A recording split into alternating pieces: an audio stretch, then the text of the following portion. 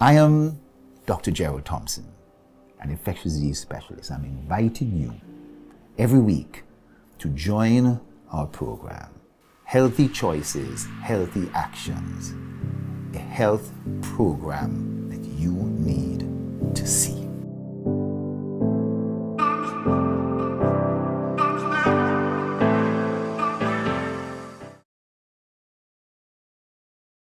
It's Conversation with the Governor of the ECCB on SVG Television this Thursday, 15th September at 8 p.m. Join me, Dion John, as I engage the Governor of the Eastern Caribbean Central Bank in discussion on developments and prospects for St. Vincent and the Grenadines and other current issues including regional air connectivity, how the ECCB protects your interest at commercial banks, renewable energy, digital economy, and what the ECCB is doing to promote youth development. You're invited to be part of this live conversation. Call 784-493-9861. You may also send a message via WhatsApp to 784-493-9861 or via the ECCB Connects Facebook page or YouTube channel. Conversation with the Governor of the ECCB this Thursday, 15th September at 8 p.m. on SVG Television. Also catch the live stream on ECCB Connects and VC3 Facebook page and YouTube channels.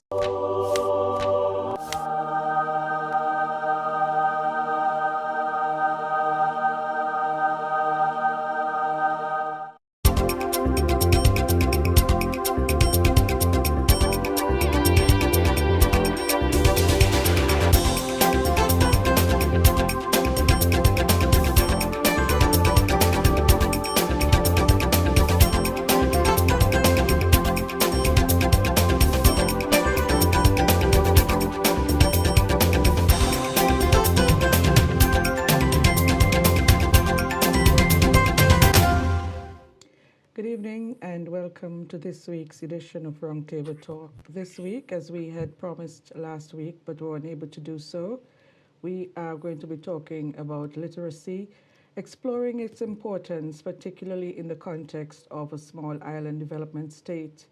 To talk the talk with us this evening, we have in the studio with me Senior Education Officer Mavis Finley Joseph, Community Development and Activist and Educator Nelson Robinson. She's joining us by Zoom, and so too is Dr. Andrew Simmons, Environmental and Development Activist. Good evening, ladies and gentlemen. Welcome to the program. So glad you could join us as we weren't able to do that last week. Welcome. Good evening, Ms. Daniel. Thank you very much. Okay, Andrew and Nell, are you hearing us? Yes, I can. Okay, great. We're going to start off first. Of course, last week, Thursday, International Literacy Day was observed throughout the world under the theme, Transforming Literacy Learning Spaces. We will talk a little bit about how we can transform literary learning spaces later on, but we're first going to start the program by asking, what exactly is literacy? And I will take a definition from each panelist, starting with Mrs. Joseph. Okay, at a very basic level, we normally say literacy is the ability to read and write. However, I'd like to add that in addition to reading and writing, we should add speaking, listening, and the ability to think critically so that would allow for effective communication and basically to allow us to make sense of our world. Great, thanks for that. Nelsia? Much along the same line, literacy goes beyond the base of reading and writing. Critical thinking is essential, building on knowledge and experience. You must be able to compare and contrast, explain why things happen, understand perspectives, and come up with creative solutions. It is more than recognizing and sounding out letters or words orally or written. In fact, it has been said that literacy is essential for the fulfillment, achievement of the Sustainable Development Goals. It is broad. Okay, and Dr. Simmons? Well, I think both Sister Nell and Ferdinand Findlay, sorry, said it quite well. But I would just like to add, and this is something that when we were named Sister Nell, something that we used to talk about quite a lot, making sense of the world. And in terms of what we're talking about, making sense of the world, we're talking about, well, whole issue of, as Sister Nell said, critical thinking, but also being able to analyze, being able to look at situations and then coming up with your own, using your creativity and come up with new ideas, new sense, more and less a whole sense of purpose for your own existence. And Sister Nell spoke quite a lot about sustainable development, but I would also add sustainable livelihoods, because literacy in itself is nothing if it doesn't lead to employment and decent employment. For me, those are the two most important part when we talk about literacy. It's beyond reading, writing. It's beyond critical thinking, but it also involves using of your mental construct. That's a word that I got from Yvonne Francis when she was a teacher and I was a student at the Brighton Primary School.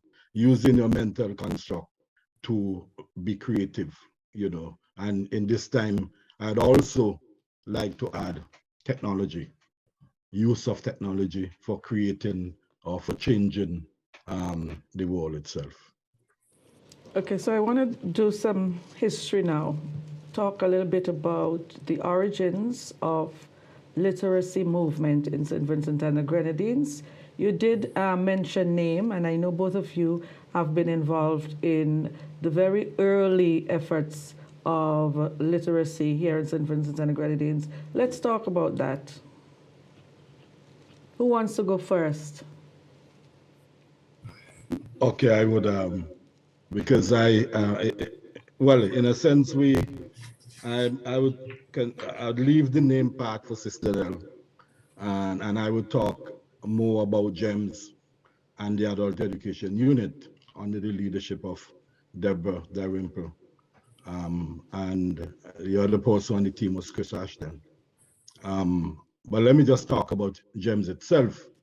What was there in St. Vincent was an old report called the Fordham Report, which was done in the 1970s, and which states that illiteracy, over half the population, close 45 to 50% of the population of St. Vincent were between illiterate and functional illiterate. And let me just say a bit about functional illiteracy.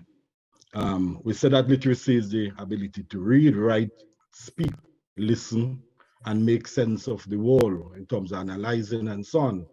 But when someone is functionally illiterate, it means that that person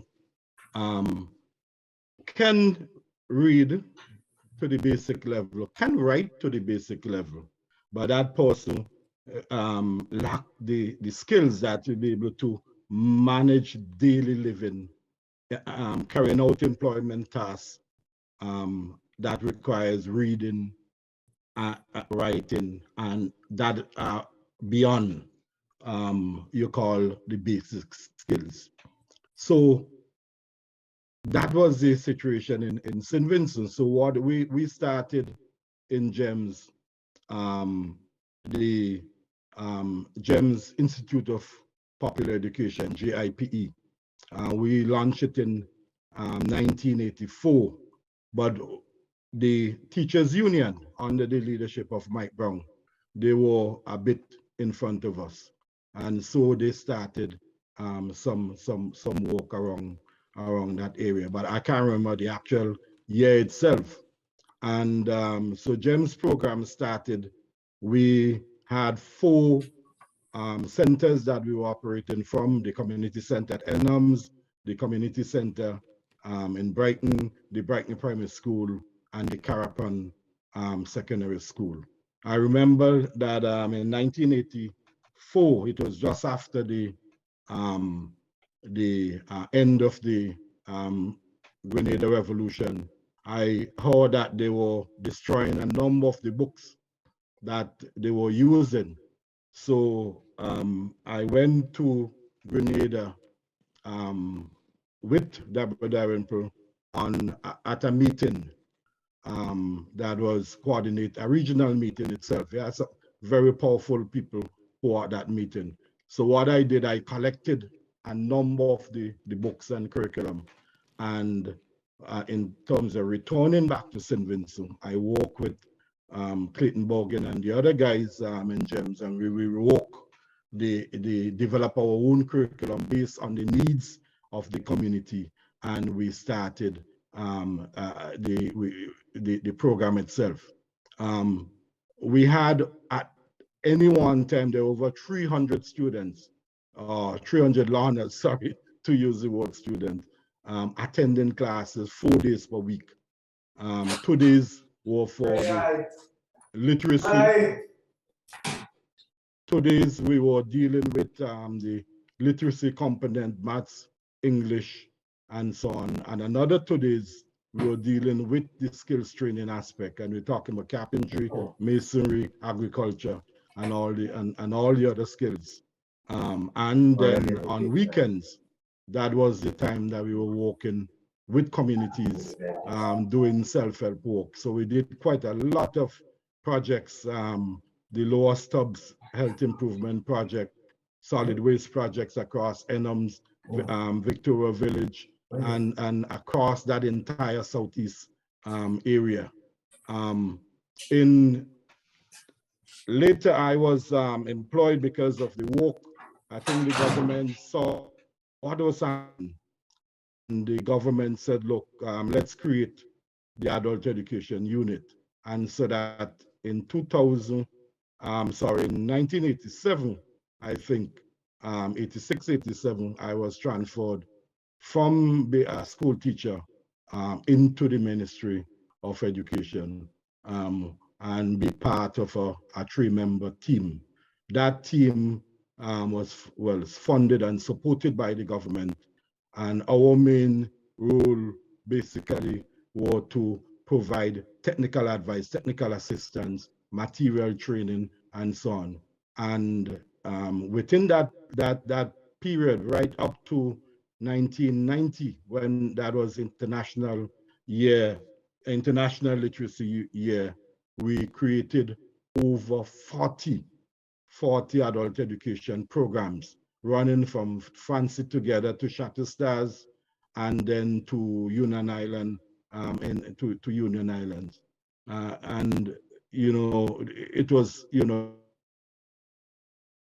because Jules, who is the Secretary General of the OECS, and we did conducted some research across the Caribbean, and we wrote this paper that was published in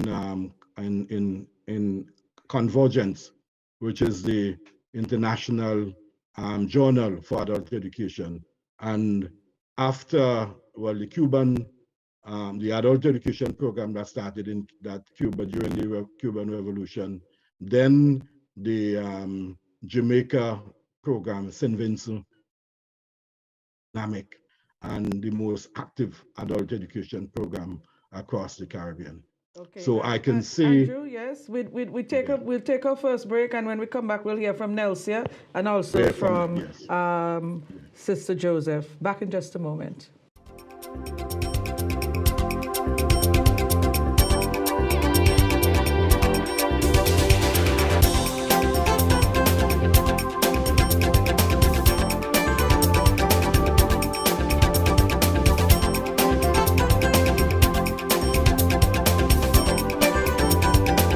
It's Conversation with the Governor of the ECCB on SVG Television this Thursday, 15th September at 8 p.m. Join me, Dion John, as I engage the Governor of the Eastern Caribbean Central Bank in discussion on developments and prospects for St. Vincent and the Grenadines and other current issues, including regional air connectivity, how the ECCB protects your interest at commercial banks, renewable energy, digital economy, and what the ECCB is doing to promote youth development. You're invited to be part of this live conversation. Call 784-493-9861. You may also send a message via WhatsApp to 784-493-9861 or via the ECCB Connects Facebook page or YouTube channel. Conversation with the Governor of the ECCB this Thursday, 15th September at 8 p.m. on SVG Television. Also catch the live stream on ECCB Connects and VC3 Facebook page and YouTube channels.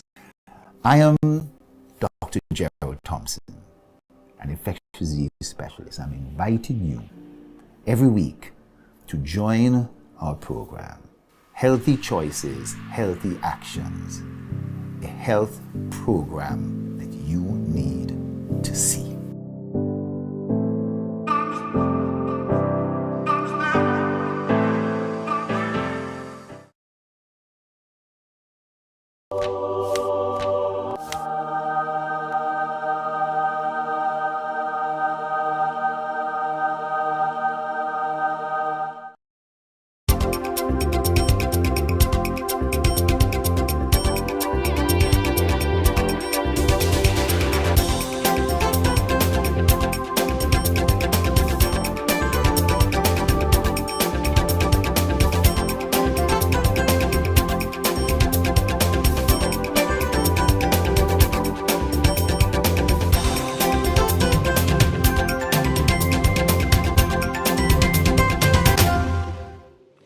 Welcome back. Nelsia, you were very involved in the early days of literacy work here in St. Vincent and the Grenadines. So we'd like to hear your story now and your involvement. Well, speaking from the level of the National Association for Mass Education name, this is the NGO level. As Andrew spoke, he began with an NGO level from GEMS and then into the government supported aspect. But name was that grouping. He said it was over 40, it could be as many as 50. But the difference in it was that these groups were in different communities. And it could have been a sports group.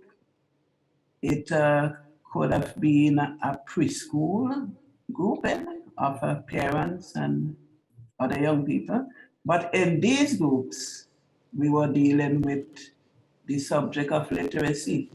And it was not just being able to read and write, because then you had adults who would feel very uncomfortable, maybe about going into a school and sitting as a student in a school around the school desk and so on, as they were at that time. So we took it from the perspective of them speaking about what was happening in their village.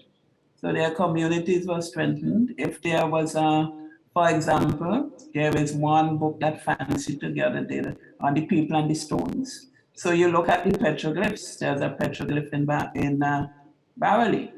So for example, the group in Barley, they could focus around that petroglyph, and we would send out the group to do some visiting and come back and report on what they saw. And the facilitator would write what they saw. From that, you would they would learn the letters, they learn to read, and we would end up with a booklet. There are several booklets that I think the adult education unit now still uses, and the learner would be very proud that he or she was able to contribute to a book. We actually called them the Vinci readers at that time. So there was that level of interest, and the critical thinking came out as well. And the learners were very happy to be part of the program. A lot of the creative skills were developed, or they came into the open. So if you are illustrating this book, you found out that there was a learner who who was an artist and did not even know that that was a strength. The making of poems, music. We actually had a song like the name anthem as such that would inspire. So it really did go beyond just the reading and the writing, and it was a very strong NGO movement at that time. But what was the issue? It was funded by, because it was international literacy, there were organizations, international organizations that were willing to give some level of funding. And I must put in that the Caribbean Regional Council for Adult Education was also very influential and very supportive in it. Andrew mentioned Dr. Jules. He was part of CARSI, Caribbean Regional Council for Adult Education, which was attached to government. And there were levels of support coming out from Canada. The St. Vincent Union of Teachers was also, very much involved, and in fact, were responsible for the formation of some of the groups. We must remember Carmelita Williams in Paul's Lot, who was credited with being bold enough to be the facilitator to start that program in Paul's Lot. So NAME flourished for a number of years, and eventually the whole idea of the literacy and the learning, it became entrenched with the support of the Adult Education Unit. And after there was that level of support, the funding for the NGO NAME, diminished. NAME did not really function anymore as it should. The Adult Education Unit continues, but in my opinion, although there is a lot of training and the people are able to attend, I do not think that enough advantage is taken of it. And why I say that, it is not to knock the program at all. Why I say that, when NAME functioned, it was more localized. So people would go to somewhere in their own community, near to them, and they would be able to function in it. I think now with the broader and more advanced adult education, people would have to travel, to a different locality sometimes. And as well, the topics and so on that they can take part in would be set topics. But in NAME, it came out from what the people felt that they needed. And that is a very important part of adult learning and engaging people and keeping them interested. I'll stop there for now. Okay, thanks. Mavis, let's talk about what the ministry's work now. How is it different than what obtained in the initial days? Okay, well, I heard quite a bit about adult education from my colleagues, which, we're still doing some work on the adult education in that area. However, I think now at the Ministry of Education, we are looking at a range of different areas. For example, we know that the home is quite important in terms of emergent literacy, okay? So one of the things that we're trying to ingrain in the education system is the need for partnership with parents. So more and more, the Ministry of Education, we are encouraging schools to inject in their school development plan programs that would cater for parents. Because you asked a question about where literacy started, and developmentally, emergent literacy begins in the home. And if more parents are aware of their role and how they could help their students or children, this is where we'll get a good start in literacy. For example, we've heard from research that even before a child is born, it's important to start talking and reading to that child. And they're actually listening and, learning about the songs of the language. When the child is born, you continue speaking to them. So their vocabulary develops. You know, speaking is so important in teaching them to listen for critical information, their vocabulary, even little field trips around the yard. So authentic learning, you know, pointing out things to them in their environment. So we are big on early literacy, okay, and developing that partnership. We are also seeking to expand our early childhood sector. Currently, we are looking at establishing 2 new early childhood centers, one at the Chateaubelair Methodist School and another one at the Sandy Bay Government. So we are focusing on early intervention because those formative years are quite important in students gaining the literacy skills. At the school level, one of the things we're pushing for is more, or the establishment of professional learning communities in the schools so that teachers are more reliant on themselves and, you know, making use of the skill set that they have at the schools, sharing best practices in a collaborative manner, thinking about case studies in the schools and how we could put interventions in place to assist students. Okay, so we are promoting greater networking of teachers. We are encouraging them to be involved in action research. That's an area that we want to push among teachers. Also, we have various enrichment activities. So we spoke earlier about the importance of reading, speaking, writing. We collaborate with several partners. So, for example, we have the Hodder Writing Competition that happens yearly. We have our public speaking competition, not only at the primary level, but also the secondary school level. We have the courts reading competition. So we are promoting these sorts of activities.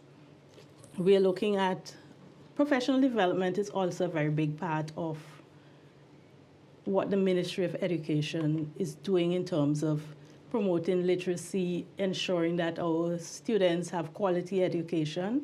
We are not short on professional development sessions for teachers.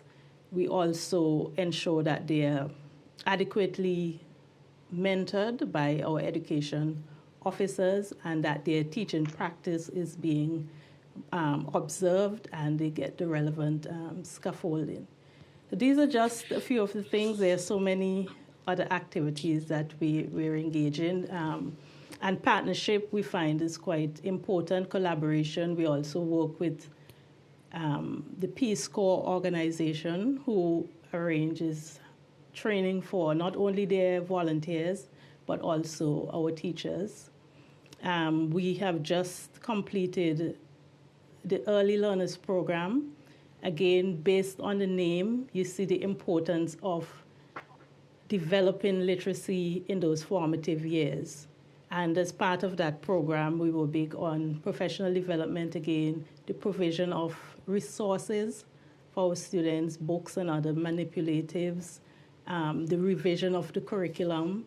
And the list is a very long one in terms of what we're doing at the ministry to ensure that our students are able to read, write, speak all the components of literacy. I guess as we continue to speak, more will come out. Okay, we'll take our second break and come back in just a second.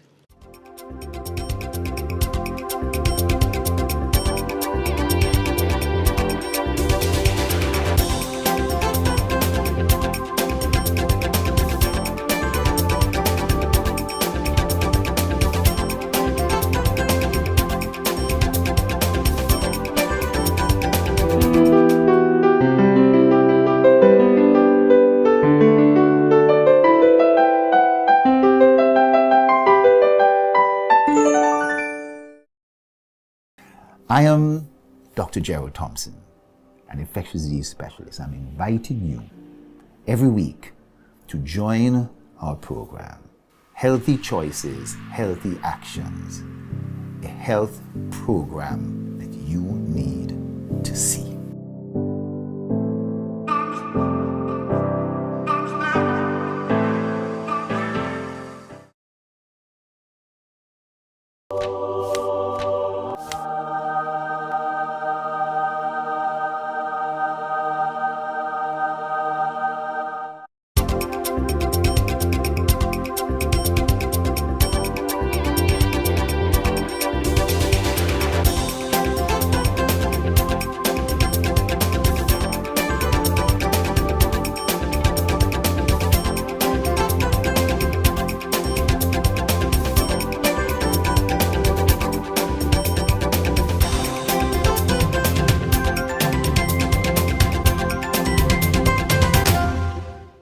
Welcome back.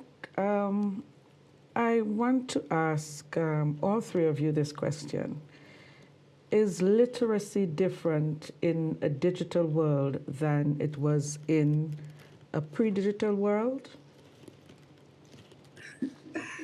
Let me take it up.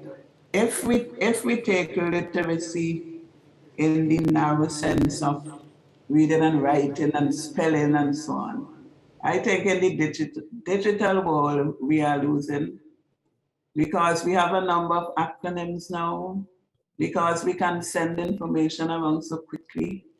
We use language in different ways. And as I said this, I'm reminded of being in a name workshop, and Blazer was the facilitator, and he talked about our English or dialect, which is a language construct, and what we would now call the King's English.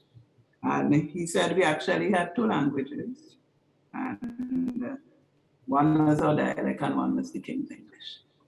But I find that in the digital world, because of the presence of the technology, the WhatsApp and all of these things, a lot of the messages go out. And then we find that at the level of the exams, as was heard from our last speaker, a lot is happening, but we still find that English, as it is the language, is a problem for many. So while the digital world will be it is very important, but we have to pay attention to how it is used and the language that is used and the ability, as Blazer said, you have to treat it as another language and the ability to translate it into the one that is the universal that will help the young people to gain the grace that they need. Okay. Yes.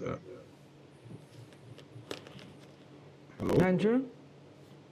Yes, I would say that because I remember, I spoke about technology, and for me that we are not using that enough. I believe, and maybe Sister Nell would agree with me, that if we had the access to technology that we have now, I'm looking at during our time in terms of various literacy, because we used to reach up to about 10,000 people across the St. Vincent and the Grenadines.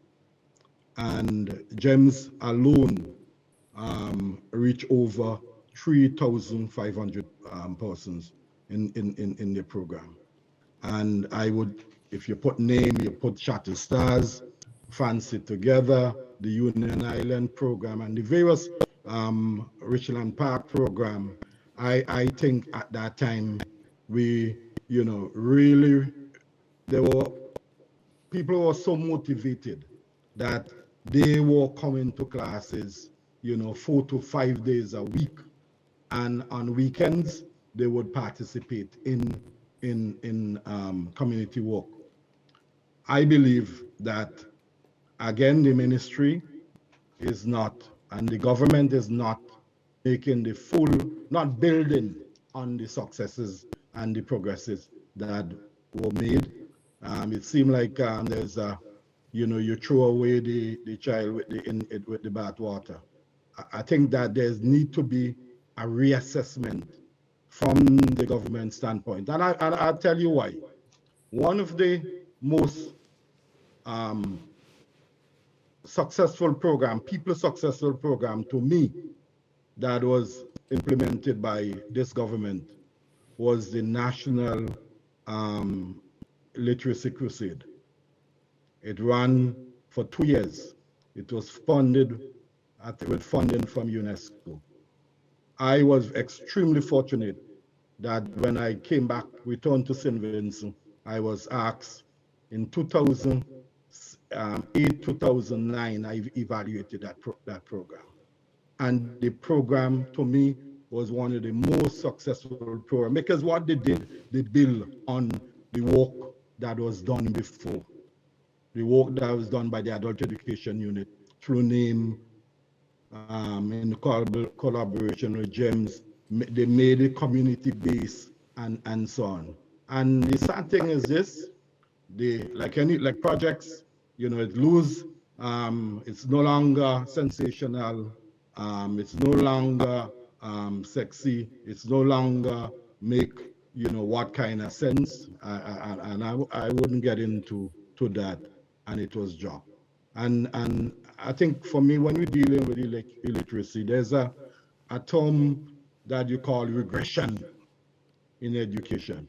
For me, for my work in terms of, and my assessment across the country and my research, that I estimated, and this is my estimate, and I know that functional illiteracy, there are over 40 to 45% of the population in St. Vincent that are functionally illiterate. And, we believe there's a difference between certification. We believe that if you have 3, 4, 5 GC subjects, that you can do something. If you have an associate degree, that you can function. No. That is where the problem, because it's like a surgeon. If you don't practice your hand and you pick up that knife after 5 years, your hands start to shake. You start to get nervous. The same way as in education, regression. And we know that the education system in St. Vincent produces quite a lot of illiterates. Young people go through right up to secondary school, and they may have some basic, they could call some word, but if we look back at what illiteracy is, that they can't function. And also they lack skills for employment. So if we talk about illiteracy, and this is my contention, that literacy must be seen as the end product, as for jobs, enrichment of community, enhance livelihoods. And I think that one of the reasons why we have such a high rate of poverty and high rate of unemployment in St. Vincent, because that is school system, the so-called literacy that we're providing, failing our young people and failing the society as a whole. And that will take us right back to the topic that we're discussing. The value of literacy, the value of education for development of a small island states. The research, and I'm just quoting from my research, which showed, from my PhD research, which showed that there's a mismatch between what is provided in terms of skills by the educational institution and what is needed in the market. We produce some people with GC and CXCs and associate degrees, but that they can't function within the society. They can't find employment, because we lack the whole training of entrepreneurship, the use of technology, the use of people have been trained as plumbers, but they can't put up a solar system. So this brings us to the whole issue of the relevance of the education that's been provided. And I think I'd stop here. I think Sister Mavis would respond somewhat to that. Okay, I do agree that what we considered literacy long ago and literacy today is quite different. And like I said earlier when we were looking at the definitions, we sometimes use very basic definitions for literacy. In terms of technological literacy, you're looking at the ability to use technology competently. And I think at the Ministry of Education, we have recognized that we are living in a new era. We are looking at 21st century skills, which, one includes the whole the use of technology and being able to use that effectively. So a few years ago, the Ministry of Education had a drive where from school to school, well, not the Ministry of Education, the government would have provided tablets and computers for most of our students. And so there was a drive to ensure that at the classroom level, these devices were being effectively used. And so we were working along with teachers to ensure that they're using the devices effectively, incorporating technology in learning. Also, in our schools, especially at the secondary level, we have information technology as quite an important subject.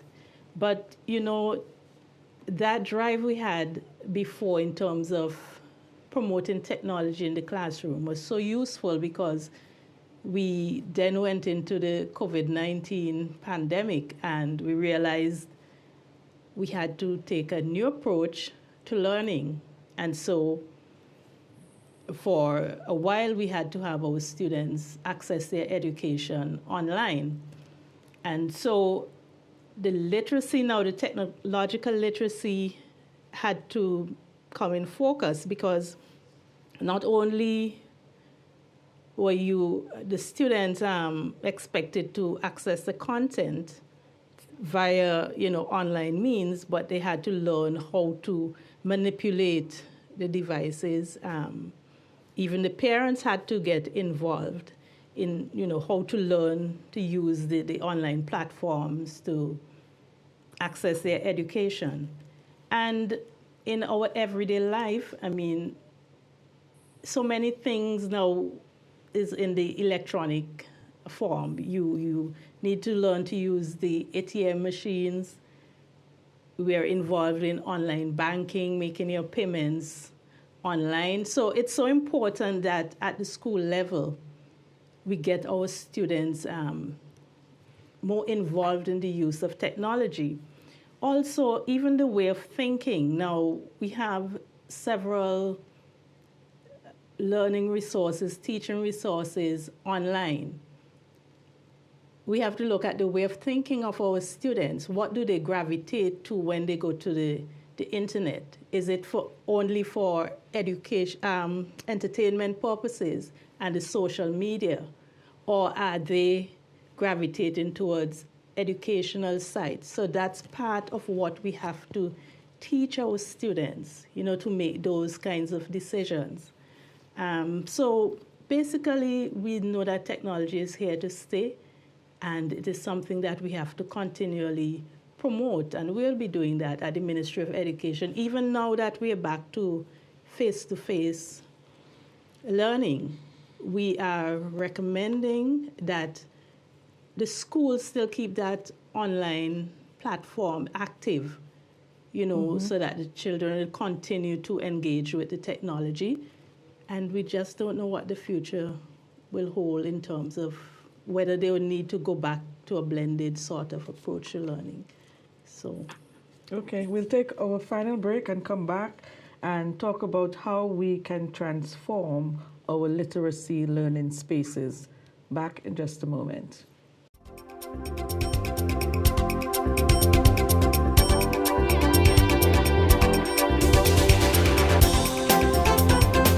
It's Conversation with the Governor of the ECCB on SVG Television this Thursday, 15th September at 8 p.m. Join me, Dion John, as I engage the Governor of the Eastern Caribbean Central Bank in discussion on developments and prospects for St. Vincent and the Grenadines and other current issues including regional air connectivity, how the ECCB protects your interest at commercial banks, renewable energy, digital economy, and what the ECCB is doing to promote youth development. You're invited to be part of this live conversation. Call 784-493-9861. You may also send a message via WhatsApp to 784-493-9861 or via the ECCB Connects Facebook page or YouTube channel. Conversation with the Governor of the ECCB this Thursday, 15th September at 8 p.m. on SVG Television. Also catch the live stream on ECCB Connects and VC3 Facebook page and YouTube channels.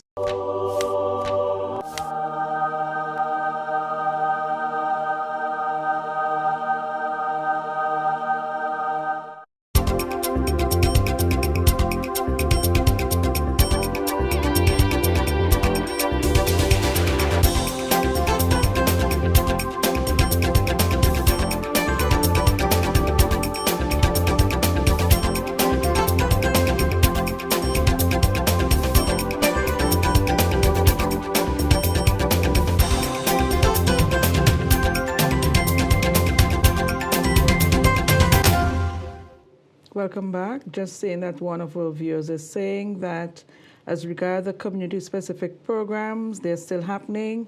Also, the Learning Resource Centers cater for community programs, but persons will only travel out their community if they want special courses or programs. So that's a comment from one of our viewers. The theme for the observation of International Literacy Day last week, September 8th, was transforming literacy learning spaces. How can we do this? Okay, now we can transform our learning spaces in different ways. Most of us would think about the physical transformation.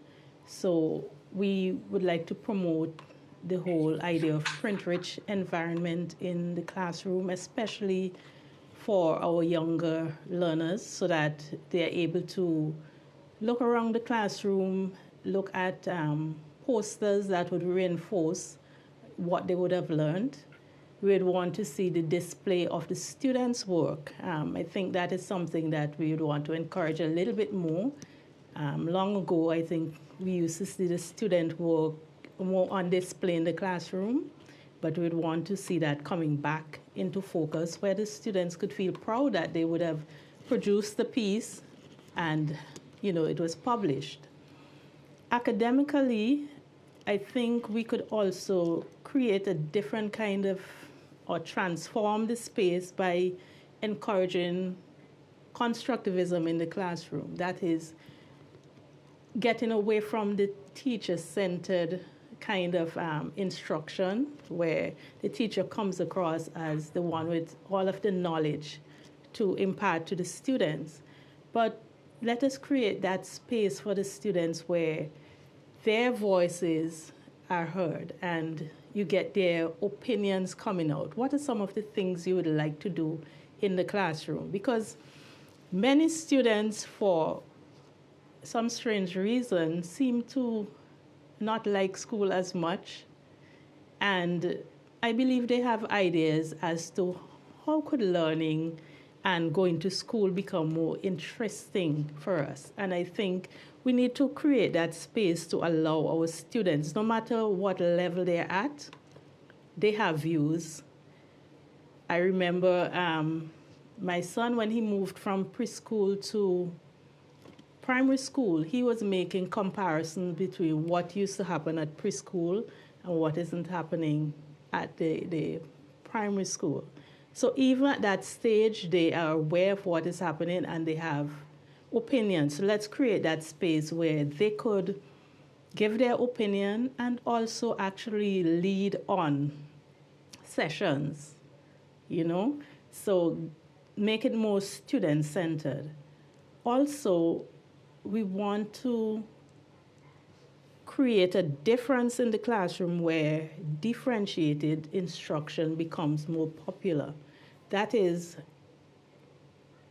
we know that there are students at different abilities in the classroom, but we tend sometimes to just teach in a one-size-fits-all. And in doing so, the struggling students tend to slip through the crack.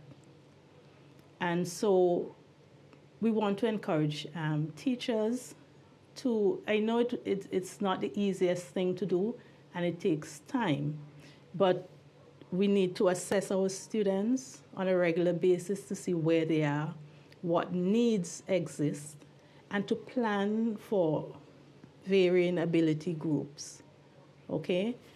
Use different methods of assessment for our students, and in so doing, you know, the weaker students, you may be able to assess them in such a way that they feel a sense of accomplishment because you have set the assessment at their level. Also, I would have mentioned the whole idea of professional learning communities, or some persons refer to it as communities of learning. And this is something I personally have been pushing for, because I think if we have more professional learning communities in our schools, the whole culture of the school would change, because the teachers would rely on themselves a little bit more. They'll be sharing with each other, supporting each other, and coming up with ideas as to how we could, you know, provide solutions for the different deficits we're seeing in the education system. So among others, these are my top ones for transformation. Okay, and Nelsia and Andrew, bear in mind that learning spaces are extended beyond the classroom setting. Nelsia, you want to go, and then Andrew would come in? Yes, I can come in, because while I am applauding and encouraging the measures outlined through the Ministry of Education, and also the value of Andrew's research, I am seeing that there is another pillar. And that pillar is the learning spaces that are outside of these institutions. The local knowledge is very important. And I think that is one of the spaces that has been undervalued, not utilized as it should. And this is where the NGO movement, came in. It is a fact that many NGOs, there has been a high level of attrition. So many function before not functioning anymore, but it is a real gap. Because after all this work takes place diligently in the Ministry of Education system and in the schools, how is that translated out into the public? How do we see that communicated in the behaviors and so on?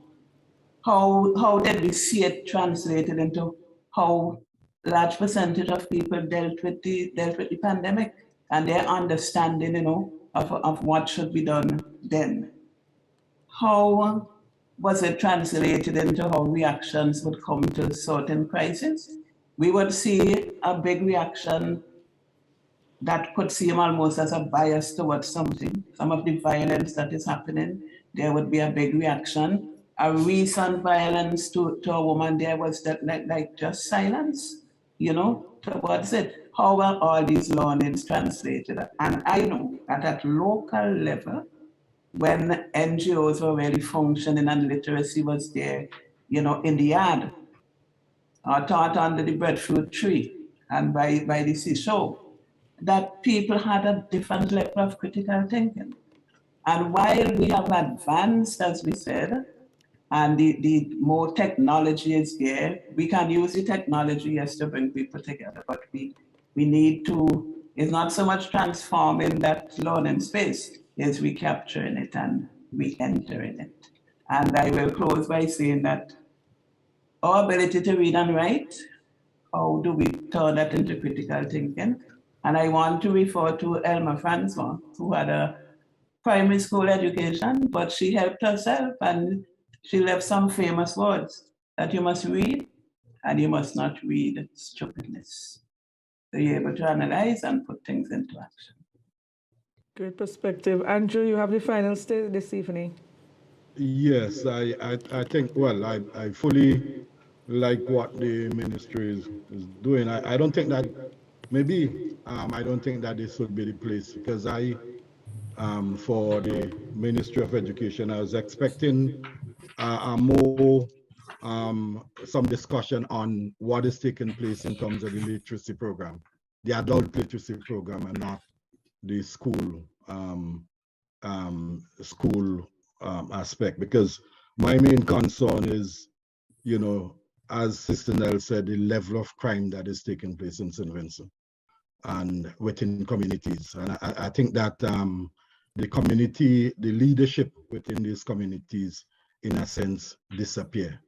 And in its place, the gangbangers and the other type of persons who take over. So I would like to see more support for community-based organizations.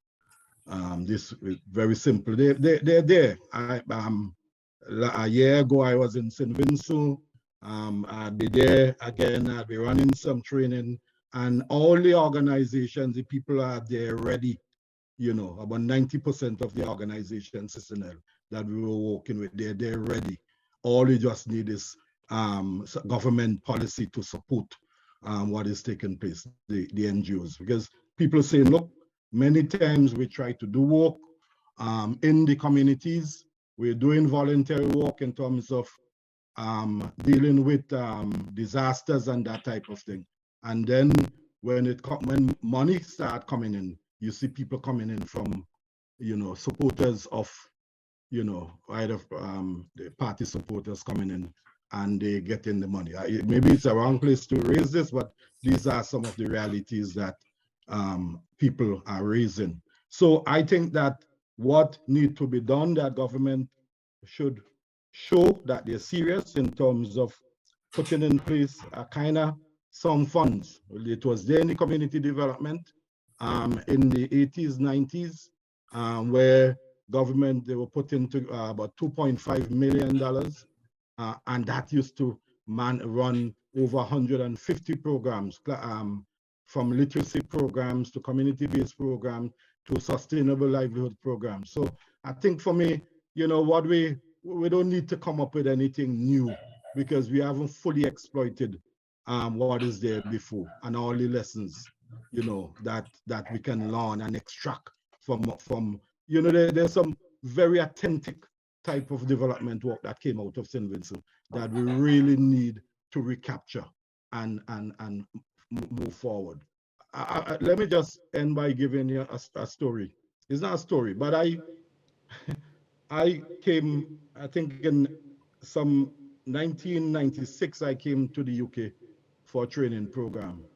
And they said, okay, we're using this book. And when I look at the book, all I can see it is my work, Sister Nell work, and all the development people in St. Vincent work. Somebody came down, a VSO, they did some internship with us. We hosted them at the Community Development Division, and they came back and they produced a book, and that book is now one of the main reader, that they're teaching young people what to do. It didn't go down as the work was done in St. Vincent, but it didn't go down as work that was done by Vincentian, but it went down as work that was done by a foreigner, in St. Vincent, using us as guinea pigs and not reflecting that this is authentic Vinci. This is, what I think what we have to do, we have to spend the time in developing our learning spaces by capture and documenting our work and trying to get that work out in the international. Thanks, Teresa. Thank you very much.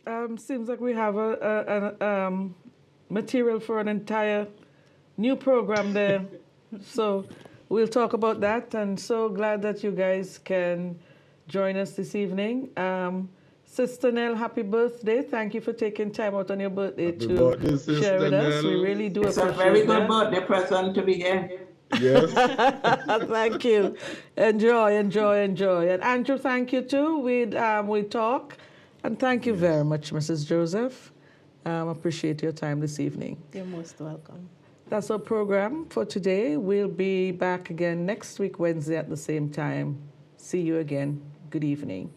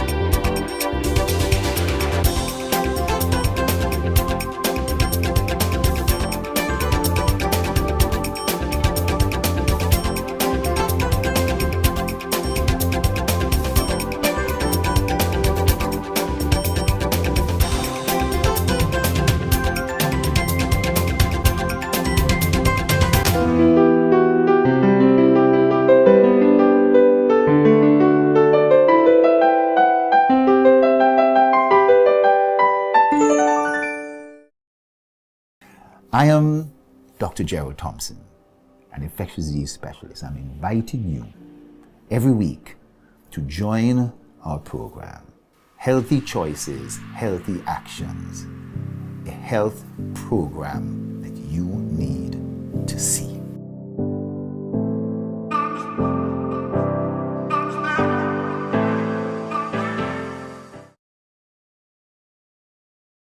It's Conversation with the Governor of the ECCB on SVG Television this Thursday, 15th September at 8 p.m. Join me, Dion John, as I engage the Governor of the Eastern Caribbean Central Bank in discussion on developments and prospects for St. Vincent and the Grenadines and other current issues including regional air connectivity, how the ECCB protects your interest at commercial banks, renewable energy, digital economy, and what the ECCB is doing to promote youth development. You're invited to be part of this live conversation. Call 784-493-9861. You may also send a message via WhatsApp to 784-493-9861 or via the ECCB Connects Facebook page or YouTube channel. Conversation with the Governor of the ECCB this Thursday, 15th September at 8 p.m. on SVG Television. Also catch the live stream on ECCB Connects and VC3 Facebook page and YouTube channels.